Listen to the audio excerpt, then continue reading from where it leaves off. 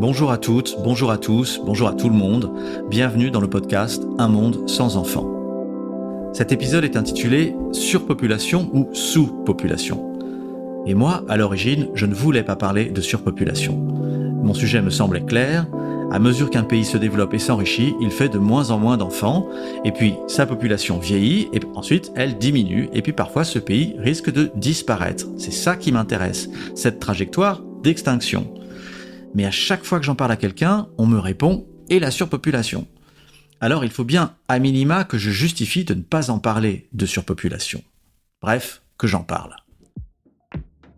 Je m'appelle David Duhamel, je suis professeur d'économie à l'Institut libre d'études des relations internationales et enseignant à Sciences Po.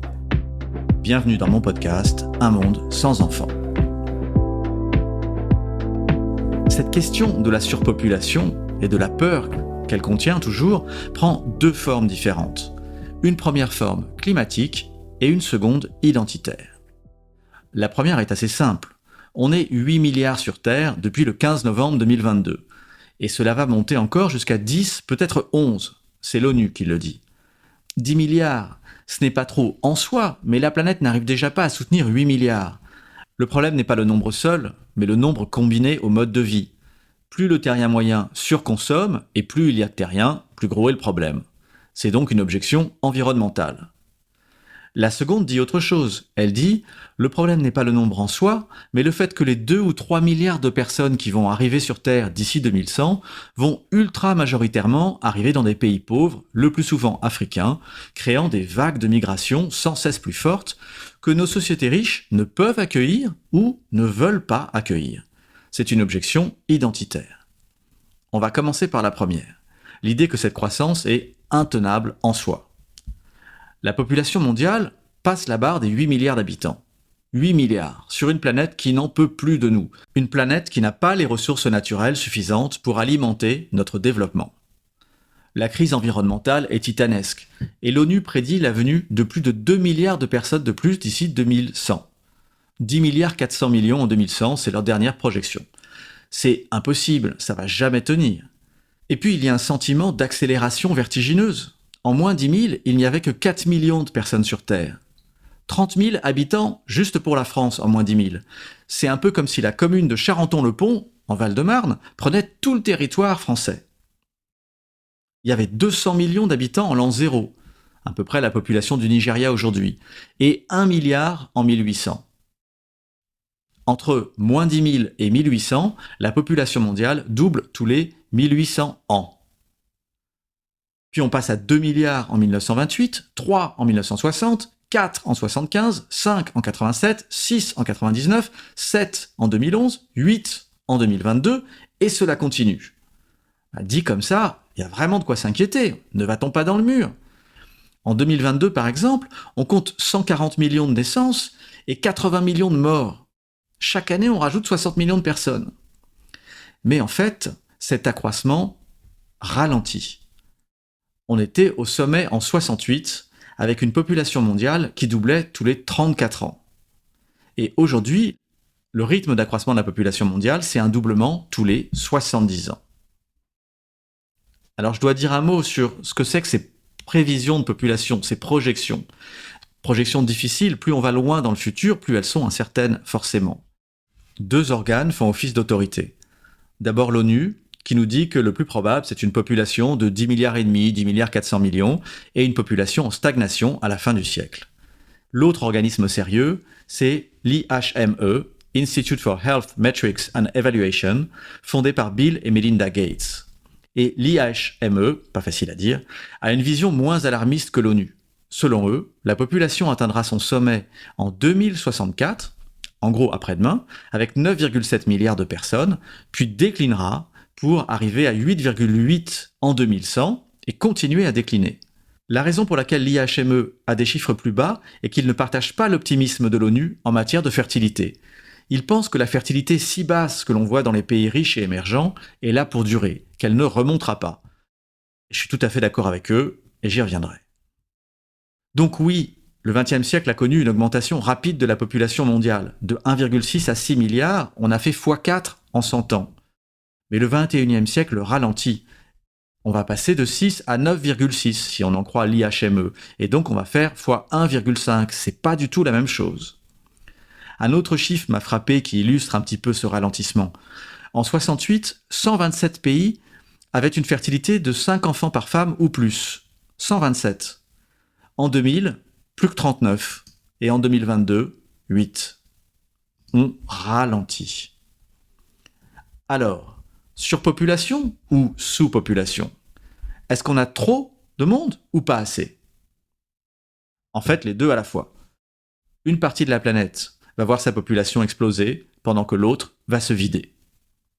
Pour illustrer mon propos, je vais prendre deux exemples typiques et un peu extrêmes. Le Japon d'une part, le Niger d'autre part. Le Japon est le premier pays au monde à faire sa seconde transition démographique. Ils appellent ça Shoshika. Dès 1980, les femmes japonaises ont un taux de fertilité en dessous du seuil de remplacement. Elles sont les premières au monde. Aujourd'hui, il est à 1,5, ce qui n'est pas le plus bas, vraiment pas.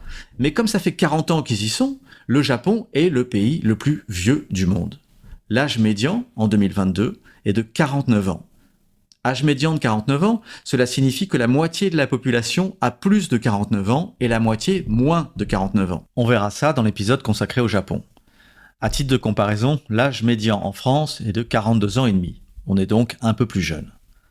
A l'inverse, le Niger, pays du Sahel africain, n'a pas vraiment commencé sa première transition démographique.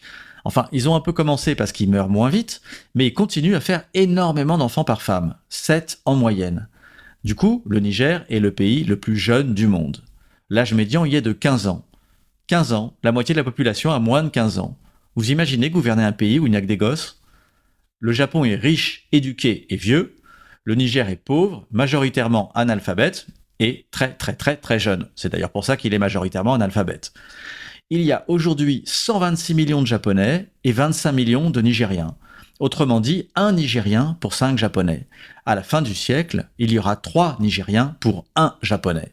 Renversement des masses complet. Alors oui, Japon et Niger sont les deux extrêmes du monde démographique. Sous-population pour l'un, surpopulation pour l'autre. Le Niger est le petit dernier de la classe qui est à la traîne. C'est le cancre. Et il y a de bonnes chances que dans 150 ans, le Niger soit là où le Japon est aujourd'hui. C'est-à-dire vieux, riche et pacifique. En tous les cas, c'est ce qu'on lui souhaite. Et en revanche, aucune chance pour que le Japon de l'avenir soit là où le Niger est aujourd'hui. Jeune, pauvre et instable. Je vois plutôt un truc avec 3 vieux et 12 robots. Alors, quel est le lien avec le climat ? Il y a quelques années, le prince William et son épouse Kate ont déclaré limiter leur nombre d'enfants à 2 pour lutter contre le réchauffement climatique. Ça m'a rendu dingue. Le problème avec les milliardaires, c'est pas vraiment leur nombre, mais leur style de vie. Qu'ils renoncent à prendre des jets privés ou faire du tourisme spatial et la planète s'en trouvera mieux. Et les ultra-riches ne sont qu'une partie du problème. Face au réchauffement climatique, la question n'est pas celle du nombre, mais du mode de vie de la population. Un Américain en moyenne émet autant de CO2 que 2 Chinois, 3 Français et 20 Africains. Et pour revenir aux pauvres Nigériens, ils émettent 100 fois moins d'émissions qu'un Français. Un autre exemple, seulement 10% des ménages européens ont l'air climatisé. Aux États-Unis, 90%. Aujourd'hui, comme l'écrit Emmanuel Pons, dans son remarquable livre « Faut-il arrêter de faire des enfants pour sauver la planète ?» Réponse non. Les pays à forte natalité, qui représentent 20% de la population mondiale, ne représentent que 3,5% des émissions de CO2. Donc si votre problème est de lutter contre le réchauffement climatique, et vous avez bien raison d'en faire votre problème, mieux vaut devenir végétarien, ou en tout cas manger beaucoup moins de viande, ne plus prendre l'avion, ou prendre moins l'avion, que parler du contrôle de la population des pays pauvres. L'Afrique subsaharienne ne contribue que pour 2% des émissions de CO2. Et encore, c'est tout nouveau. Historiquement, il contribue à rien.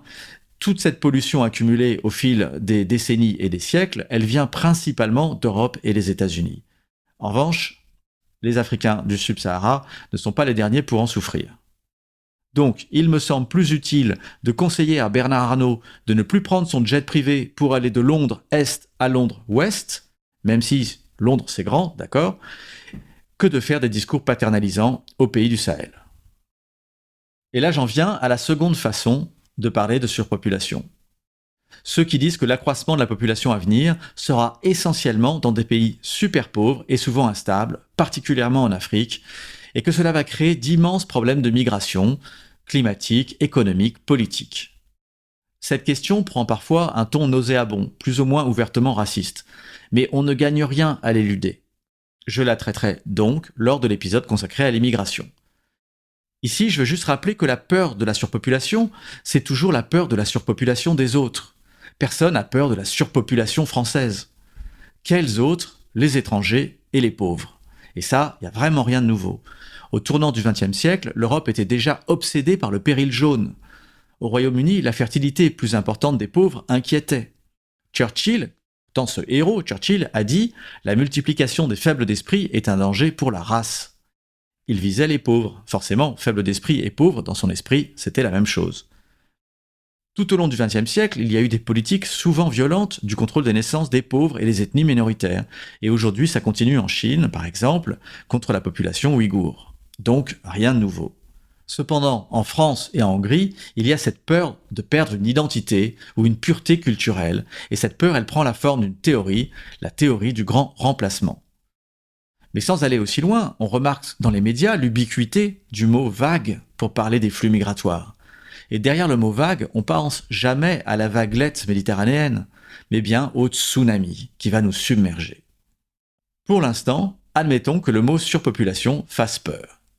Et le premier à avoir théorisé cette peur, c'est Thomas Malthus. En 1798, Malthus, un prêtre anglican, publie un essai sur le principe de population. Et son constat est sans appel, la société anglaise va dans le mur. La population augmente si vite que, quels que soient les progrès agricoles, il sera impossible de la nourrir dans le futur et dans le futur proche. Pourquoi pense-t-il ça? Parce qu'il est le témoin de l'augmentation hyper rapide de la population anglaise qui double tous les 40 ans. À nouveau, pour comparer, la population du Niger, elle, double tous les 20 ans en ce moment. Ça vous donne une idée de l'ampleur des changements. Mais que s'est-il passé au Royaume-Uni? L'exact contraire de ce que Malthus avait prévu. Il a eu tout faux. La population a certes augmenté, mais de moins en moins vite.